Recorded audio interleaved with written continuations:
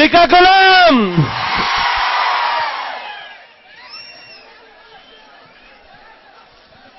ఇవాళ యువబేరి కార్యక్రమం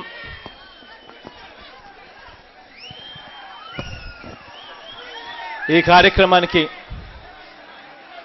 కార్యక్రమం బాగా ఆలస్యంగా జరుగుతా ఉన్నా కూడా ఎండలు కూడా ఎందుకో తీక్షణంగా ఉన్నాయి. గాలి అంతంత మాత్రంగానే ఉంది. భోజనం సమయం కూడా అయింది. అయినా ఇంటికి పోవాలని ఏ ఒక్కరూ కూడా కారణాలు వెతుక్కోవడం లేదు. చిక్కటి చిరునవ్వుతోనే ఇంతటి ఆత్మీయతలను పంచిపెడతా ఉన్నారు. మీ అందరి ఆప్యాయతలకు ఆత్మీయతలకు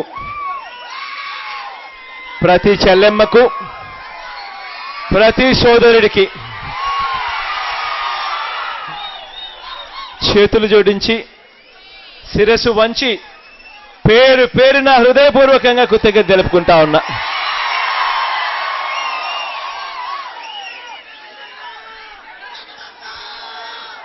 ఇవాళ నేను ఇది మొదలుపెట్టే ముందు మీ అందరినీ నేను ఇవాళ ఒక ప్రశ్న అడగదలుచుకున్నా. ఈ ప్రశ్నకు జవాబుగా అవును అయితే మాత్రం రెండు చేతులు పైకెత్తి చూపించాలి. అవును అయితే మాత్రం నేను ఇవాళ మిమ్మల్ని అందరినీ సూటిగా ఒకటే అడుగుతా ఉన్నా. అందరూ చదువుకుంటా ఉన్నారు, లేదా చదువులు అయిపోయిన తర్వాత ఉద్యోగాల కోసం వెతుకుతున్నారు.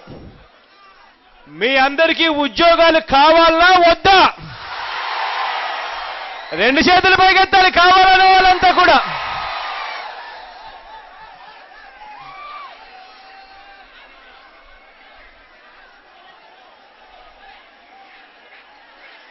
చంద్రబాబు నాయుడు గారు ముఖ్యమంత్రి అయ్యే నాటికి మన రాష్ట్రంలో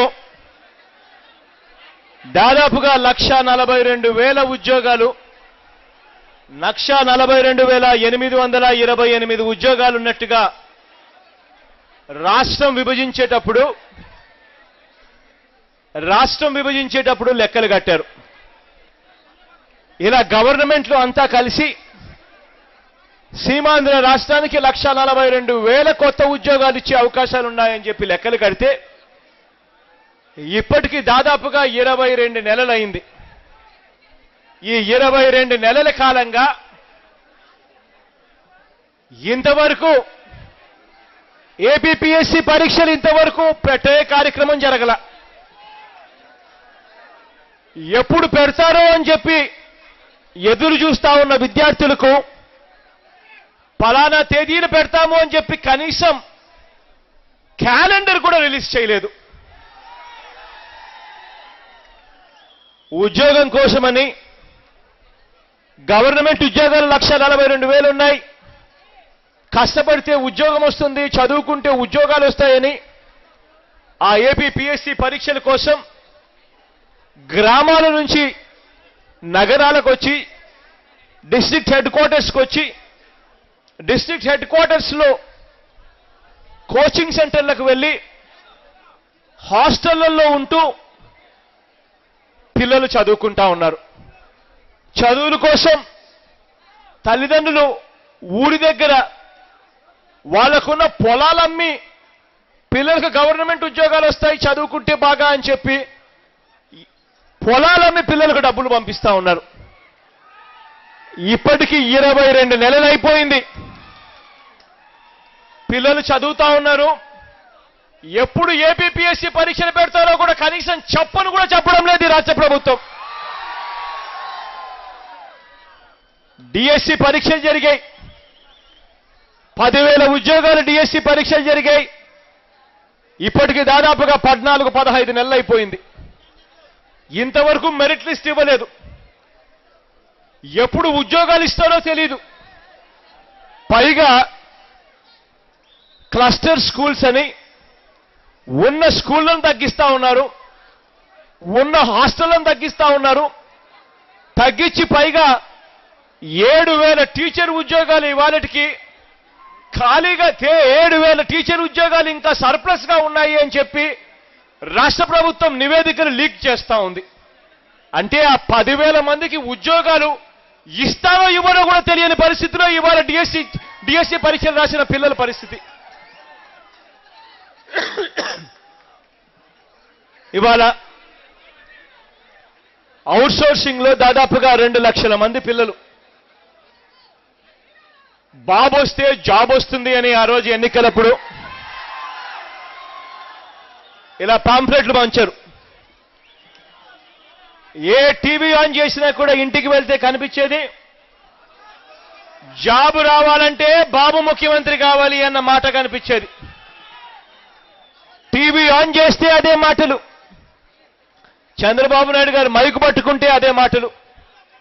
పైగా చెప్పేవాడు 9 ఏళ్ళ నాకు ముఖ్యమంత్రిగా అనుభవం ఉంది, అదొక మళ్ళా అరిగిపోయిన టేప్ రికార్డర్ మాదిరి మళ్ళీ ఆ మాటలు కూడా మాట్లాడేవాడు. ప్రతి ఇంటికి ఈ పాంఫ్లెట్ పంపించాడు. పంపించి ఆ ప్రతి ఇంటికి పాంఫ్లెట్ వెళ్ళినప్పుడు తీసుకొచ్చిన వాళ్ళంతా కూడా చెప్పేవాళ్ళు, అమ్మా దీని మీద చంద్రబాబు నాయుడు గారు సంతకం పెట్టారు చూడండి అమ్మా అని చెప్పి ఇలా చూపించారు. చూపించి దీంట్లో ఉన్న హామీలను చదివారు. అందులో ఒక హామీ ఇంటింటికి ఒక ఉద్యోగం. ఒకవేళ ప్రతి ఇంటికి ఉద్యోగం ఇవ్వలేకపోతే ప్రతి ఇంటికి 2,000 రూపాయలు నిరుద్యోగ భృతి ఇస్తాము అని చెప్పి ఒక హామీ ఉంది. ఇవాళ బాబు ముఖ్యమంత్రి అయ్యాడు. బాబు ఇచ్చిన హామీలు మాత్రం ఇలా పేపర్లుగానే మిగిలిపోయాయి. పేపర్లు తిరిగేసినప్పుడు కనిపించేటివి, ఇంట్లో టీవీ ఆన్ చేస్తే కనిపించేటివి రైతుల రుణాలన్నీ కూడా బేషరతుగా పూర్తిగా మాఫీ కావాలంటే బాబు ముఖ్యమంత్రి కావాలి అన్నమాట. డ్వాక్రా అక్కచెల్లెమ్మల రుణాలు పూర్తిగా మాఫీ కావాలి అని అంటే బాబు ముఖ్యమంత్రి కావాలి అన్నమాట. జాబు రావాలంటే బాబు కావాలి, జాబు ఒకవేళ ఇవ్వకపోతే ప్రతి ఇంటికి 2,000 రావాలంటే బాబు ముఖ్యమంత్రి కావాలి. ఇలా ఒకటి కాదు, 2 కాదు, ప్రతి విషయంలోనూ అబద్ధం అయిపోయిన తర్వాత మోసం. బాబు పరిపాలనా తీరు ఇలా జరుగుతా ఉంది. నేను ఇవాళ మిమ్మల్ని అందరినీ కూడా నేను చేతులు ఎందుకు పైకెత్తమని చెప్పానో తెలుసా? కారణం ఇదే చంద్రబాబు నాయుడు గారికి అర్థం కావాలి, తాను ఏదైతే మాట చెప్పాడో ఆ మాటను నమ్మి నీకు ఓటేసింది ఎంతమంది ఉన్నారో ఆ ఓటు వేసిన వాళ్ళందరూ కూడా చేతులు పైకెత్తి నువ్వు ఎప్పుడెప్పుడు పోవాలి అని చెప్పి ఇవాళ కోరుకుంటా ఉన్నారు అన్న మాట చంద్రబాబు నాయుడు గారికి అర్థం కావాలి.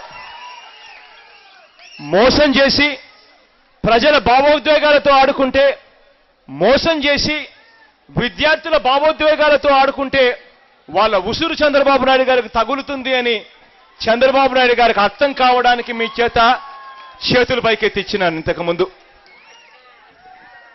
ఇవాళ ఒకటి చెప్పాలి, బాబు ముఖ్యమంత్రి అయ్యాడు, అంగన్వాడీ వాళ్లకు జీతాలు పెంచమని చెప్పి అడుగుతా ఉంటే నిర్దాక్షిణ్యంగా కొట్టించి పోలీస్ స్టేషన్లకి వేస్తాడు. బాబు ముఖ్యమంత్రి అయ్యాడు, 35,000 మంది ఫీల్డ్ అసిస్టెంట్ల జాబులు ఊడిపోయాయి. బాబు ముఖ్యమంత్రి అయ్యాడు, గోపాలమిత్ర ఉద్యోగాలు పోయాయి. బాబు ముఖ్యమంత్రి అయ్యారు, అవుట్సోర్సింగ్ లో పనిచేస్తా ఉన్న ప్రతి ఒక్కరికి కూడా ఇవాళ గుబులుంది. ఎన్ని రోజులు మా జాబ్ ఉంటుందో, ఎప్పుడు మా ఉద్యోగం పీకుతారో తెలియదు అని చెప్పి భయంతో ఇవాళ అవుట్సోర్సింగ్ లో పనిచేస్తా ఉన్న వాళ్ళంతా కూడా బతుకుతా ఉన్నారు. దాదాపుగా 2 లక్షల మంది పరిస్థితి ఇదే తీరు. ఇదే చంద్రబాబు నాయుడు గారు ఎన్నికలకు ముందు వీళ్ళందరితో పనున్నప్పుడు మేనిఫెస్టోలో పెట్టాడు, అవుట్సోర్సింగే కాదు కాంట్రాక్టులో పనిచేస్తా ఉన్న ఉద్యోగులు, అవుట్సోర్సింగ్ లో పనిచేస్తా ఉన్న ఉద్యోగులందరినీ కూడా రెగ్యులరైజ్ చేస్తాము అని చెప్పి ఇదే చంద్రబాబు నాయుడు గారు ఇదే మాదిరిగానే అడ్వర్టైజ్మెంట్లు ఇచ్చి చంద్రబాబు నాయుడు గారు సంతకం పెట్టి పేపర్లలో ప్రచురణ చేశారు. ఇవాళ బాబు ముఖ్యమంత్రి అయ్యాడు, ప్రతి మాట కూడా ఇవాళ ఒక నీటి మాటగా మిగిలిపోయిన పరిస్థితులు కనిపిస్తా ఉన్నాయి. ఇటువంటి పరిస్థితుల్లో కనీసం చంద్రబాబు నాయుడు గారు కనీసం కేంద్ర ప్రభుత్వాన్నైనా కూడా వాళ్ళ ఇచ్చిన హామీని వాళ్ళ మీద గట్టిగా ఒత్తిడి తీసుకొని వచ్చి ఆ హామీని నెరవేర్చే విధంగా కనీసం ఒత్తిడి తీసుకొని వస్తే కాస్తో కూస్తో ఈ సమస్యకు పరిష్కారం దొరుకుతుంది. ఇవాళ నేను ఒకటి చెప్పాలి, ప్రత్యేక హోదా అంటే ఏమిటి, ప్రత్యేక హోదా ఏ పరిస్థితుల్లో మనకి ఇచ్చారు, ప్రత్యేక హోదా మనకు ఇచ్చినందువల్ల మనకు జరిగే మేళ్ళేమిటి అన్నది క్లుప్తంగా నేను చెప్తాను, ఎక్కువ సమయం తీసుకోను. కారణం ఏమిటంటే ప్రత్యేక హోదా గురించి ఇప్పటికే చాలా సందర్భాల్లో చెప్పా, కానీ క్లుప్తంగా అర్థమయ్యే విధంగా చెప్తాను. ఆ తర్వాత మీకే మైక్ ఇస్తాను, మీరు అడిగే ప్రశ్నలకు సమాధానాలు నేను చెప్తాను. ఇవాళ నేను ఒకటే చెప్పాలి, ప్రత్యేక హోదా వల్ల మేళ్ళేమిటి అన్నది నేను ఇవాళ చెప్తా. మొట్టమొదటిగా ప్రత్యేక హోదా వల్ల రెండు ప్రధానమైన మేళ్లు జరుగుతాయి. ఒక మేలు ఏమిటి అనంటే రాష్ట్రానికి కేంద్రం నుంచి వస్తా ఉన్న వనరుల్లో గ్రాంట్ కాంపోనెంట్ పెరుగుతుంది. గ్రాంట్ అంటే కేంద్ర ప్రభుత్వం మనకి ఇచ్చే వనరులు కేంద్రానికి వెనక్కి తిరిగి ఇవ్వవలసిన అవసరం లేని నిధులు. దానివల్ల రాష్ట్రానికి రాష్ట్ర ఆర్థిక పరిస్థితులు బాగుపడతాయి. ప్రత్యేక హోదా కలిగిన రాష్ట్రానికైతే 90% నిధులు కేంద్రం నుంచి వచ్చేటివి గ్రాంట్గా వస్తాయి, 10% నిధులు మాత్రమే కేంద్రం నుంచి వచ్చేటివి లోన్గా కేంద్రానికి వెనక్కి తిరిగి ఇవ్వాలి. అదే ప్రత్యేక హోదా లేని రాష్ట్రం అయితే ఆ కేంద్రానికి నుంచి వచ్చే నిధుల్లో గ్రాంట్ రూపంలో వచ్చే నిధులు కేవలం 30% మాత్రమే, లోన్లు 70%గా వస్తాయి. అంటే 70% నిధులు కేంద్రానికి వెనక్కి ఇవ్వాల్సిన పరిస్థితి వస్తుంది. ఎక్కడ 10%, ఎక్కడ 70% కేంద్రానికి వెనక్కి ఇవ్వాల్సిన పరిస్థితి వస్తుంది అన్నది మనమంతా కూడా ఆలోచన చేయాలి. దీనివల్ల రాష్ట్ర ఆర్థిక పరిస్థితులు బాగుపడతాయి. ఒక మేలు ఇది జరిగితే రెండవ మేలు మనందరికీ సంబంధించిన మేలు. ఆ మేలు ఏమిటి అనంటే ప్రత్యేక హోదా కలిగిన రాష్ట్రాల్లో మాత్రమే పారిశ్రామికంగా ఆ రాష్ట్రాలు అభివృద్ధి చెందడానికి విపరీతమైన ఇన్సెంటివ్స్ ఇస్తారు. ఆ ఇన్సెంటివ్స్ ప్రత్యేక హోదా కలిగిన రాష్ట్రాలకు మాత్రమే ఇటువంటి ఇన్సెంటివ్స్ ఇస్తారు. ప్రత్యేక హోదా కలిగిన రాష్ట్రాలకు మాత్రమే. ఇవాళ మన దేశంలో 11 రాష్ట్రాలు ప్రత్యేక హోదా కలిగిన రాష్ట్రాలుగా ఉన్నాయి. ఈ 11 రాష్ట్రాలకు మాత్రమే ఇటువంటి పారిశ్రామిక రాయితీలు దొరికాయి. మరి ఏ ఇతర రాష్ట్రాలకి ఇటువంటి రాయితీలు ఇవ్వలేదు. ప్రత్యేక హోదా కలిగిన రాష్ట్రంలో పరిశ్రమ కన్నా ఎవరైనా పెడితే వాళ్ళెవరూ కూడా ఇన్కమ్ ట్యాక్స్ కట్టాల్సిన పనిల, వాళ్ళెవరూ కూడా కార్పొరేట్ ట్యాక్స్ కట్టాల్సిన పనిల, వాళ్ళెవరూ కూడా ఎక్సైజ్ డ్యూటీలు కట్టాల్సిన పనిల. వాళ్ళందరికీ కూడా వాళ్ళు ఏదైతే ట్రాన్స్పోర్ట్ చేస్తారో ఒక ప్రదేశం నుంచి ఇంకొక ప్రదేశానికి ఆ వస్తువులు ట్రాన్స్పోర్ట్ చేస్తారో ఆ ట్రాన్స్పోర్ట్ ఖర్చు వాళ్ళకు వెనక్కి ఇస్తారు. ప్రత్యేక హోదా ఉంటేనే పరిశ్రమలు పెడితే ఆ పరిశ్రమలకు 20 ఏళ్ల పాటు 50%కే కరెంటు సప్లై చేస్తారు. ఇటువంటి రాయితీలు ఒక్క ప్రత్యేక హోదా కలిగిన రాష్ట్రాలలో మాత్రమే ఇటువంటి రాయితీలు ఉంటాయి. ఇటువంటి రాయితీలు ఉంటే ఇటువంటి రాయితీలు ఉంటే ప్రతి జిల్లా ఒక హైదరాబాద్ అవుతుందని మాత్రం నేను చెప్తా ఉన్నా. కారణం ఏంటంటే చంద్రబాబు నాయుడు గారు పారిశ్రామికవేత్తలను తీసుకొచ్చేందుకు ఎక్కడికెక్కడికో పోవాల్సిన పనుల, సింగపూర్ తిరగాల్సిన పనుల, చైనా తిరగాల్సిన పనుల, చలిగా ఉంటుందని చెప్పి చంద్రబాబు నాయుడు గారు డావోస్కు వెళ్ళి స్విట్జర్లాండ్కు వెళ్లాల్సిన పని కూడా లేదు.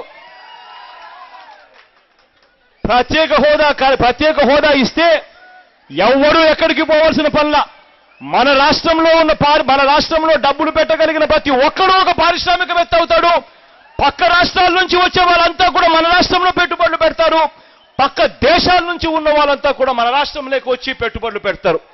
లక్షల కోట్లు వాళ్ళు పెట్టుబడులు తీసుకొని వస్తారు. ఆ లక్షల కోట్ల పెట్టుబడులు వాళ్ళు తీసుకొచ్చేది చంద్రబాబు నాయుడు గారి మొహం చూసి కాదు, జగన్మోహన్ రెడ్డి మొహం చూసి కాదు వాళ్ళు తీసుకొచ్చేది. ఆ రాయితీలు ఉంటే వాళ్ళ రాయితీలను చూసి తీసుకొస్తారు అన్న సంగతి చంద్రబాబు నాయుడు గారికి అర్థం కావడం లేదు.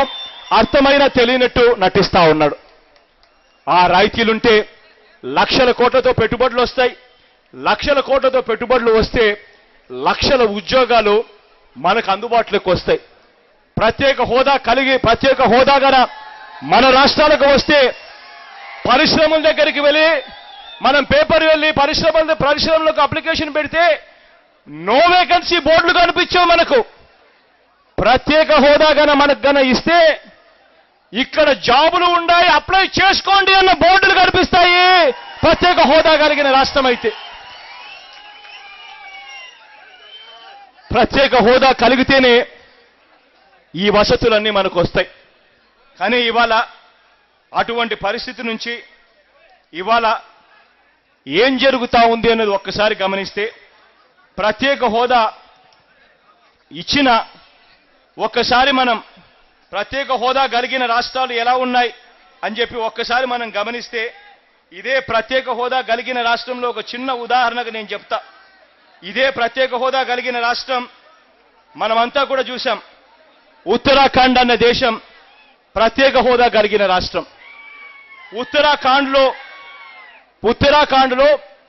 ఈ రకమైన పారిశ్రామిక రాయితీలు ఇవ్వడం వల్ల అక్కడ ఒకేసారి ఉద్యోగ అవకాశాలు 490% పెరిగినట్టుగా బిజినెస్ స్టాండర్డ్లో వచ్చిన ఆర్టికల్ను మనమంతా కూడా బిజినెస్ స్టాండర్డ్లో వచ్చిన ఆర్టికల్ ప్రత్యేక హోదా కలిగిన రాష్ట్రాలకు జరిగే మేళ్ళేమిటి అని చెప్పి వాళ్ళంతా కూడా పేపర్లలో రాస్తే మనం తెలుసుకుంటా ఉన్న విషయాలు కూడా.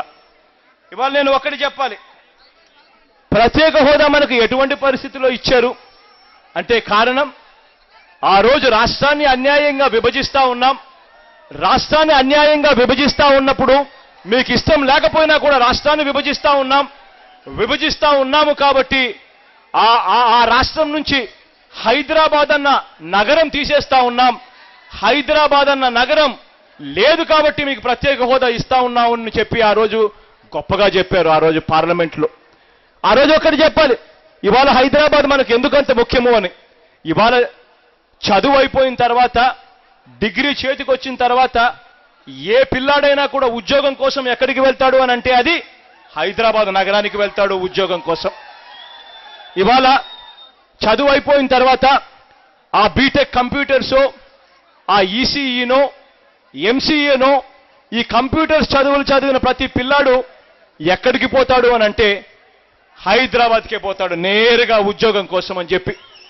ఇవాళ ఐటీ పరిశ్రమలన్నీ కూడా హైదరాబాద్లో దాదాపుగా 95% ఐటీ పరిశ్రమలన్నీ హైదరాబాద్లోనే ఉన్నాయి.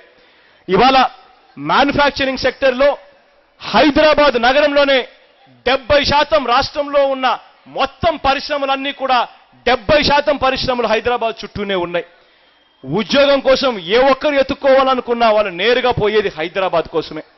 అటువంటి హైదరాబాద్ నగరం మన నుంచి వేరవుతా ఉంది అన్న ఒకే ఒక కారణంతో ఆ రోజు పార్లమెంటులో అధికార పక్షం, ప్రతిపక్షం ఇద్దరు కలిసి ఒక్కటైపోయి ఆ రోజు రాష్ట్రాన్ని విడగొట్టారు. ఆ రోజు ఇద్దరు కలిసి ఒక్కటై రాష్ట్రాన్ని విడగొట్టేటప్పుడు ఆ రోజు అధికారంలో ఉన్న ప్రధానమంత్రి ఆ రోజు ప్రత్యేక హోదా 5 సంవత్సరాల పాటు సీమాంధ్రకు ఇస్తా ఉన్నాము అని చెప్పి ఆ రోజు పార్లమెంట్ సాక్షిగా రాజ్యసభలో ప్రధానమంత్రి హామీ ఇచ్చాడు. రాజ్యసభలో ప్రధానమంత్రి ఆ 5 ఏళ్లు ప్రత్యేక హోదా ఇస్తాము అని చెప్పి హామీ ఇస్తే, ప్రతిపక్షంలో ఉన్న ఇదే చంద్రబాబు నాయుడు గారి పార్టీ, ఇదే బీజేపీ ఆ రోజు ప్రతిపక్షంలో ఉండి 5 ఏళ్లు సరిపో, ఆంధ్ర రాష్ట్రం బాగుపడాలి అని అంటే ప్రత్యేక హోదా 10 సంవత్సరాలు మేము ఇస్తాము అని చెప్పి వాళ్ళంతా కూడా ఆ రోజు చెప్పారు.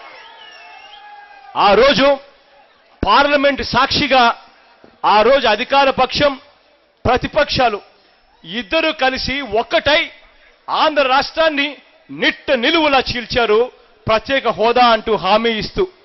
ఇవాళ ఎన్నికలు అయిపోయిన తర్వాత ఎన్నికలకు వెళ్ళేటప్పుడేమో ఈ మాదిరిగా చంద్రబాబు నాయుడు గారు ప్రతి మీటింగ్లోనూ చెప్పారు, ఈ మాదిరిగా నరేంద్ర మోడీ గారు అయితే మేనిఫెస్టో కూడా రిలీజ్ చేసి ప్రత్యేక హోదా ఇస్తామని చెప్పి వాళ్ళు చెప్పారు.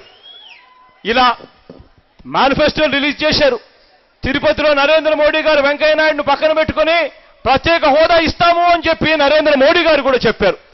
ఇలా ఎన్నికలు అయిపోయిన తర్వాత ప్రత్యేక హోదా గురించి ఇవాళ అడిగితే పరిస్థితి ఏమిటంటే మాకు తెలియదు, మేము ఇవ్వాలా, ఓహో ఇది కొత్త విషయమా అన్నట్టుగా మనమేదో చెవుల్లో పూలు పెట్టుకున్నట్టుగా మన వైపు తిరిగి చూస్తా ఉన్నారు వీళ్ళంతా కూడా. నిజంగా నేను ఒకటే అడుగుతా ఉన్నా, మనమంతా కూడా యువకులం. రాజకీయాలలో మనం చూసేది విశ్వసనీయత కోసం చూస్తాం. ఒక నాయకుడి నోట్లో నుంచి ఒక మాట వస్తే, ఆ రాజకీయాలలో ఆ నాయకుడి నోట్లో నుంచి ఆ మాట వస్తే ఆ మాట ఆ నాయకుడు నెరవేరుస్తాడు అని చెప్పి ఆశగా ఎదురు చూస్తాం. ఇవాళ నేను ఒక్కటి చెప్తా ఉన్నా, అటువంటి నమ్మకంతో విశ్వసనీయతతో ఎదురు చూస్తూ ఉంటాం రాజకీయ నాయకుల వైపు మనం చూస్తూ ఉన్నప్పుడు. అటువంటిది ఒక పార్లమెంటులో ఇచ్చిన మాటకే ఇవాళ గతి లేకపోతే ఈ దేశంలో అసలు ప్రజాస్వామ్యం ఉందా అని చెప్పి నేను గట్టిగా కూడా నిలదీస్తూ అడుగుతా ఉన్నాను. నేను ఇక్కడ రాజకీయ నాయకులు విశ్వసనీయతకు లేదు అని చెప్పి ఇవాళ వీళ్ళు చేస్తా ఉన్న తీరును చూసినప్పుడు చదువుకున్న పిల్లాడు, చదువైపోయి ఉద్యోగం కోసం ఎదురు చూస్తా ఉన్న ప్రతి పిల్లాడు కూడా రాజకీయ నాయకులు నమ్మే పరిస్థితిలోకి రాకుండా పోవడానికి కారణం ఇటువంటి వాళ్ళు చేస్తా ఉన్న తీరును చూసే. ఇవాళ నేను ఇటువంటి పరిస్థితుల్లో మనకు ప్రత్యేక హోదా ఇచ్చారు. ఇటువంటి పరిస్థితుల్లో ప్రత్యేక హోదా ఇచ్చి ఇటువంటి మేళ్లు మనకు జరుగుతాయి అని చెప్పి మనమంతా కూడా ఆశగా ఎదురు చూస్తా ఉన్నాం. ఇవాళ ప్రత్యేక హోదా ఇవ్వకుండా పోగా ప్రత్యేక హోదా మీద రకరకాల అబద్ధాలు ఇవాళ చెప్తా ఉన్నారు. నేను ఇవాళ ఒకటి అడుగుతా ఉన్నా, ఇదే ప్రత్యేక హోదా గన కేంద్ర ప్రభుత్వం మేము ఇస్తాము అని గన చంద్రబాబు నాయుడు గారికి గన చెబితే ప్రత్యేక హోదా అన్నది ఒక పెద్ద బ్రహ్మ పదార్థం, ప్రత్యేక హోదా వల్ల విపరీతమైన మేళ్లు జరుగుతాయి, ప్రత్యేక హోదా వల్ల విపరీతంగా ఉద్యోగాలు వస్తాయి, ప్రత్యేక హోదా వల్ల అది జరుగుతుంది ఇది జరుగుతుంది అని ఏకంగా చంద్రబాబు నాయుడు గారు ఇలా మైకు పట్టుకొని విశాఖపట్నంలో ఒక పెద్ద మీటింగ్ అరేంజ్ చేసి ఆ పెద్ద మీటింగ్లో అందరినీ పిలిచి దేశంలో ఉన్న వాళ్ళను దేశంలో ఉన్న వాళ్ళను, రాష్ట్రంలో ఉన్న వాళ్ళను, బయట దేశంలో ఉన్న వాళ్ళందరినీ కూడా పిలిచి ఇది గొప్ప కార్యక్రమం చంద్రబాబు నాయుడు గారు వల్లే జరిగింది అని చెప్పి చెప్పుకొచ్చేవాళ్ళు. కానీ ఇవాళ కేంద్రంలో ఉన్న బీజేపీ ప్రభుత్వం ప్రత్యేక హోదా ఇవ్వడం లేదు అని చెప్పి అన్నారు. కాబట్టి ఇవాళ చంద్రబాబు నాయుడు గారి నోట్లో నుంచి వస్తా ఉన్న మాటలు ఏమిటి అని అంటే ప్రత్యేక హోదా ఒక వేస్ట్, ప్రత్యేక హోదా ఉన్నా మనకేం తేడా పడదు, ప్రత్యేక హోదా అవసరం లేదు, ప్రత్యేక హోదా లేకపోయినా కూడా మన రాష్ట్రం 11.77% గ్రోత్ రేట్తో దేశం కన్నా ముందంజలో ఉంది, మనం విపరీతంగా ముందంజలో ఉన్నాం అని చెప్పి ఇటువంటి మాటలని చంద్రబాబు నాయుడు గారు మాట్లాడుతూ ఉన్నారు. ఇవాళ ప్రత్యేక హోదా ఇవ్వకపోగా వీటి మీద ఎన్నెన్ని అబద్ధాలు చెప్తా ఉన్నారు తెలుసా? ఒక అబద్ధం చెప్తారు, ప్రత్యేక హోదా అన్నది ఫైనాన్స్ కమిషన్ ఒప్పుకోవడం లేదు అని చెప్పి ఈ మధ్యకాలంలో ఒక అబద్ధం ఆడారు. అసలు వాస్తవం చెప్పాలనంటే ఫైనాన్స్ కమిషన్ అన్నది ప్రత్యేక హోదా ఇవ్వాలా ఇవ్వకూడదా అన్న అంశం మీద నిర్ణయం తీసుకునే అధికారం ఫైనాన్స్ కమిషన్కు లేదు. ఫైనాన్స్ కమిషన్ డీల్ చేసే విషయాలు ఏమిటి అని అంటే రాష్ట్రాలకు సంబంధించి ట్యాక్స్ రూపేణా సెంట్రల్ గవర్నమెంట్ డబ్బులు ఏదైతే కలెక్ట్ చేస్తుందో ఆ ట్యాక్స్ రూపేణా వచ్చే వనరులను రాష్ట్రాల మధ్య ఎలా పంపిణీ చేయాలో అన్న అంశం మీద ఫైనాన్స్ కమిషన్ డీల్ చేస్తుంది. Finance commission non plan grants మీద, లోన్స్ మీద పాలసీ డెసిషన్స్ ఎలా ఉండాలి అన్న అంశాల మీద ఫైనాన్స్ కమిషన్ డీల్ చేస్తుంది. కానీ ఫైనాన్స్ కమిషన్ ఈ విషయాలు డీల్ చేయదు. ప్రత్యేక హోదా ఇవ్వాలనా ఇవ్వకూడదా అన్న అంశాలకు ఫైనాన్స్ కమిషన్కు సంబంధమే లేదు. ఇంకొక అబద్ధం కూడా ఈ మధ్యకాలంలో చంద్రబాబు నాయుడు గారు చెప్తా ఉన్నారు, ప్రత్యేక హోదా కలిగిన రాష్ట్రాలకు డబ్బులు తక్కువ ఇస్తారు అని చెప్పి. చంద్రబాబు నాయుడు గారు ఈ మధ్యకాలంలోనే అన్నారు, ఆ మాట అంటూనే అన్నాడు, కోడలు మగపిల్లాడిని కంటాను అని అంటే అత్త వద్దంటుందా అని చెప్పి ఈ మధ్యకాలంలో చంద్రబాబు నాయుడు గారు ఇంకొక మాట కూడా అన్నారు. దాన్ని వక్రీకరిస్తూ ప్రత్యేక హోదా కలిగిన రాష్ట్రాలకు డబ్బులు తక్కువ ఇస్తారు అన్న అంశాన్ని వక్రీకరిస్తూ నేను ఇవాళ ఇదే చంద్రబాబు నాయుడు గారిని అడుగుతా ఉన్నా, అయ్యా చంద్రబాబు నాయుడు గారు, మీరు కూడా చంద్రబాబు నాయుడు గారిని సూటిగా కూడా అడుగుతూ చెప్పండి, ప్రత్యేక హోదా కలిగిన రాష్ట్రాలకు ఎంతెంత డబ్బులు ఇవ్వాలి అన్న అంశం మీద ఒక ఫార్ములా అంటూ ఏదీ లేదు. ప్రత్యేక హోదా కలిగిన రాష్ట్రాలకు ఎంత డబ్బులు ఇవ్వాలి అన్న అంశం మీద ఇంతకు ముందు ప్లాన్లో పెట్టిన ఇంతకు ముందు ప్లాన్ అవుట్లే చూస్తారు, ఈ సంవత్సరానికి సంబంధించిన ప్లాన్ బడ్జెట్ చూస్తారు. వాటి ఆధారంగా ప్రత్యేక హోదా కలిగిన రాష్ట్రాలకు డబ్బులు ఇస్తారు. ఒక ఫార్ములా అంటూ లేదు. ఈ మధ్యకాలంలోనే మనమంతా కూడా చూశాం. నరేంద్ర మోడీ గారు జమ్మూ కాశ్మీర్లో ఎన్నికలు జరుగుతూ ఉన్నప్పుడు ప్రచారానికి అక్కడ వెళ్ళారు ప్రధానమంత్రి హోదాగా. అక్కడికి వెళ్ళి జమ్మూ కాశ్మీర్కు 70,000 కోట్ల రూపాయల ప్యాకేజు నరేంద్ర మోడీ గారు రిలీజ్ చేశారు. నేను అడుగుతా ఉన్నా, 1,25,00,000 పాపులేషన్ జనాభా ఉన్న జమ్మూ కాశ్మీర్కే నరేంద్ర మోడీ గారు ఎన్నికల వేళకు వెళ్ళి 70,000 కోట్ల ప్యాకేజ్ ఇస్తే 5 కోట్ల జనాభా ఉన్న మన రాష్ట్రానికి ఇక ఎన్ని వేల కోట్ల రూపాయలైన ప్యాకేజ్ ఇచ్చేదానికి ఎవరడ్డు తగులుతా ఉన్నారు అని చెప్పి ఈ మధ్యకాలంలోనే ఇంకా అబద్ధాలు చెప్తా ఉన్నారు. ఈ మధ్యకాలంలోనే ఇంకా వాళ్ళు అబద్ధాలు చెప్తూ ఉన్నారు. అసలు ప్రత్యేక హోదా అన్నది సమిసిపోయిన అంశం, ప్రత్యేక హోదా అన్నది ఇవాళ లేదు ఏ రాష్ట్రానికి అని చెప్పి ఈ మధ్యకాలంలో ఇంకొక అబద్ధాలు కూడా చెప్తా ఉన్నారు. నేను అడుగుతా ఉన్నా, ఇదే విషయం మీద పార్లమెంటులో మా ఎంపీ వైవి సుబ్బారెడ్డి గారు పార్లమెంట్లో మంత్రికి ఉద్దేశించి లేఖ రాశాడు. అయ్యా, నార్త్ ఈస్టర్న్ స్టేట్స్ ప్రత్యేక హోదా కలిగిన రాష్ట్రాలు, ఆ నార్త్ ఈస్టర్న్ స్టేట్స్ ఏదైతే ప్రత్యేక హోదా కలిగిన రాష్ట్రాలుగా ఉన్నాయో ఆ ప్రత్యేక హోదా నార్త్ ఈస్టర్న్ స్టేట్స్కు మీరు కొనసాగిస్తున్నారా లేదా అని చెప్పి వైఎస్ఆర్సీపీకి చెందిన ఎంపీ వైవి సుబ్బారెడ్డి గారు మంత్రులకు లేఖ రాశారు పార్లమెంట్లో. అదే పార్లమెంట్ సాక్షిగా ఆ మంత్రి నుంచి అన్స్టార్డ్ క్వశ్చన్ కింద రిప్లై వచ్చింది వైవి సుబ్బారెడ్డి గారికి. ఆ రిప్లై ఏమిటంటే, there is no proposal to withdraw the special category status of north eastern states. అంటే నార్త్ ఈస్టర్న్ స్టేట్స్ కు ప్రత్యేక హోదా కొనసాగిస్తా ఉన్నాము అని చెప్పి రాతపూర్వకంగా అదే మంత్రులు పార్లమెంట్ సాక్షిగా రాతపూర్వకంగా అన్స్టార్డ్ క్వశ్చన్కి ఇచ్చిన లేఖ. మరి ఈ లేఖ ఉన్నప్పుడు ఏ రకంగా అబద్ధాలు ఆడగలుగుతారు?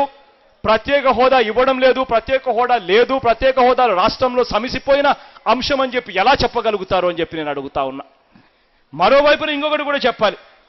ఇంతవరకు ప్రత్యేక హోదా అన్నది ఎక్కడిచ్చినా కూడా, ప్రత్యేక హోదా అన్నది ఎవరిచ్చినా కూడా, ప్రత్యేక హోదా ఇచ్చే అధికారం ఎవరికి ఉంది అని అంటే అది నేషనల్ డెవలప్మెంట్ కౌన్సిల్, ఎన్డీసీ అంటారు. అంటే ఎన్డీసీకి చైర్మన్ ఎవరు అని అంటే దానికి ప్రధానమంత్రి చైర్మన్. ఎన్డీసీ అయినా ప్రధానమంత్రి చైర్మన్, ఎన్డీసీని నడిపించే ప్లానింగ్ కమిషన్కైనా ప్రధానమంత్రి చైర్మన్. ఇవాళ ప్లానింగ్ కమిషన్ తీసేసి దాని స్థానంలో నీతి ఆయోగ్ని తీసుకొచ్చారు. ఆ నీతి ఆయోగ్కైనా కూడా ప్రధానమంత్రి చైర్మన్, క్యాబినెట్కైనా కూడా చైర్మన్ ప్రధానమంత్రి. మరి వీటికి అన్నిటికీ అధ్యక్షుడు ప్రధానమంత్రి అయితే మరి ప్రధానమంత్రి ఇవ్వాలి అని అనుకుంటే, క్యాబినెట్ ఇవ్వాలి అని అనుకుంటే అడ్డు తగిలేదు ఎవరు అని చెప్పి నేను అడుగుతా ఉన్నాను చంద్రబాబు నాయుడు గారిని. ఇవాళ ఆ రోజు ప్రత్యేక హోదా అన్నది మనకు ఏదైతే పార్లమెంటులో ఆ రోజు ఇస్తాము అని చెప్పి ఆ రోజు హామీ ఇచ్చిన తర్వాత ఆ రోజు ఉన్న కేంద్ర ప్రభుత్వం, యూపీఏ ప్రభుత్వం ఆ రోజు మార్చి 2 నాడున కేంద్ర కేబినెట్ కలిసి ఆ రోజు ప్లానింగ్ కమిషన్కు ఆదేశాలు జారీ చేశారు. ఆ లేఖ ఇది మార్చి 2వ తారీఖున ఈ ఆదేశాలు జారీ చేశారు. The cabinet further directed the planning commission to implement the decision of to grant special category status for a period of 5 years to the successor state of Andhra Pradesh comprising 13 districts. అంటే ఆ రోజు మార్చి 2వ తారీఖున రాష్ట్రాన్ని విడగొట్టిన తర్వాత ఆ రోజు కేంద్ర కేబినెట్ కూర్చొని కేంద్ర కేబినెట్ ప్రత్యేక హోదా ఇవ్వడానికి నిర్ణయం తీసుకొని ప్లానింగ్ కమిషన్కు ఆదేశాలు జారీ చేశారు. ప్రత్యేక హోదా ఆంధ్ర రాష్ట్రానికి ఇవ్వండి అని చెప్పి. మార్చి 2వ తారీఖున 2014 నుంచి ఇవాళటికి లెక్కేస్తే 22 నెలలు అయిపోయింది. 22 నెలలు అయిపోయిన తర్వాత కూడా ఇవాళటికి కూడా ఈ లేఖకు అతి లేదు, గతి లేదు. ఇవాళ చంద్రబాబు నాయుడు గారు గట్టిగా ఇవన్నీ ప్రశ్నిస్తూ ఎందుకు బీజేపీ ప్రభుత్వాన్ని, నరేంద్ర మోడీ ప్రభుత్వాన్ని గట్టిగా ఎందుకు నిలదీయడం లేదు అని చెప్పి నేను అడుగుతా ఉన్నా. ఇదే చంద్రబాబు నాయుడు గారు ఎందుకు నరేంద్ర మోడీ గారి ప్రభుత్వాన్ని, బీజేపీ ప్రభుత్వాన్ని, ఎన్డీఏ ప్రభుత్వాన్ని ఎందుకు గట్టిగా నిలదీస్తూ మీరు ఇవ్వకపోతే ప్రత్యేక హోదా మీకు ఒక నెల పాటు నేను గడువిస్తున్నాను, ప్రత్యేక హోదాగానే మీరు ఇవ్వకపోతే మా మంత్రులు మేము ఉపసంహరించుకుంటామని చెప్పి ఎందుకు అల్టిమేటం ఇవ్వలేకపోతా ఉన్నాడు చంద్రబాబు నాయుడు గారిని అడుగుతా ఉన్నా. చంద్రబాబు నాయుడు గారు ఆ అల్టిమేటం ఇవ్వడు. చంద్రబాబు నాయుడు గారు బీజేపీతో కొట్లాడే ధైర్యం లేదు. ఎందుకు లేదు, ఎందుకు అల్టిమేటం ఇవ్వడు అని అంటే దానికి కారణం మనం అంతా కూడా ఇవాళ చూస్తా ఉన్నాం. రాష్ట్రంలో ఇవాళ కరప్షన్ అన్నది ఏ స్థాయిలో ఉందో మనం అంతా కూడా చూస్తా ఉన్నాం. ఇవాళ ఇక్కడి నుంచి ఇసుక పోతా ఉంది, నేరుగా విశాఖపట్నానికి. ఇసుక ఇంతకు ముందు రేట్ ఎంత, ఇవాళ ఇల్లు కట్టుకునే వారికి ఇసుక ఏ రేటుకు దొరుకుతా ఉంది అని చెప్పి నేను చెప్పాల్సిన పనుల. ఇవాళ రాష్ట్రంలో ఇసుక మాఫియా జరుగుతా ఉంది. ఏకంగా ఇక్కడ నుంచి మంత్రులు, బలమైన ఎమ్మెల్యేలు ఈ మాఫియాను నడిపిస్తా ఉన్నారు. నాకింత, ఎమ్మెల్యేకు మంత్రికి ఇంత, ముఖ్యమంత్రి కొడుకు ముఖ్యమంత్రికి ఇంత అని చెప్పి పంచుకుంటా ఉన్నారు. ఇవాళ రాష్ట్రంలో ఇసుక మాఫియా జరుగుతా ఉంది, లిక్కర్ మాఫియా, మద్యం మాఫియా జరుగుతా ఉంది. మద్యంలో ఇవాళ కల్తీ మద్యం సప్లై చేస్తా ఉన్నారు ప్రభుత్వం దగ్గరుండి. గ్రామంలోనూ ఇవాళ ఆక్షన్లు పెట్టి బెల్ట్ షాపులు తీస్తామన్నోళ్ళు ఇవాళ ఆక్షన్లు పెట్టి బెల్ట్ షాపులు అక్కడే గ్రామంలో పెట్టి ఇవాళ బెల్ట్ షాపులు పెంచిచ్చి ఇవాళ లిక్కర్ అమ్ముతా ఉన్నారు. ఇవాళ ఇసుక మాఫియా జరుగుతా ఉంది రాష్ట్రంలో. ఇవాళ మద్యం మాఫియా జరుగుతా ఉంది రాష్ట్రంలో. విజయవాడలో మనమంతా కూడా చూసాం. Sex money, sex racket, call money rocket కూడా ముఖ్యమంత్రి అధీనంలోనే జరుగుతా ఉందని కూడా చూసాం. ఇవాళ ప్రతిదీ కూడా స్కామే. బొగ్గు దగ్గర నుంచి ఇసుక దాకా స్కామే. ఇసుక దగ్గర నుంచి మద్యం దాకా స్కామే. మద్యం దగ్గర నుంచి కాంట్రాక్టర్ల దాకా కూడా స్కామే. జీవో 22 అని చెప్పి తీసుకొచ్చి కాంట్రాక్టర్లకు అవసరం లేకపోయినా కూడా రేట్లు పెంచి మరీ కాంట్రాక్టర్లకు డబ్బులు ఇచ్చి, కాంట్రాక్టర్కు సగమో నాకు సగమో అని చెప్పి ముఖ్యమంత్రి డబ్బులు పంచుకునే అన్యాయమైన పరిస్థితిలోకి ఇవాళ రాష్ట్రం దిగజారిపోయింది. ఇవాళ ప్రతి విషయంలోనూ స్కాము, ప్రతి విషయంలోనూ కరప్షన్. ఇంతింత కరప్షన్లు చేసిన డబ్బులతో చంద్రబాబు నాయుడు గారు ఈ బ్లాక్ మనీతో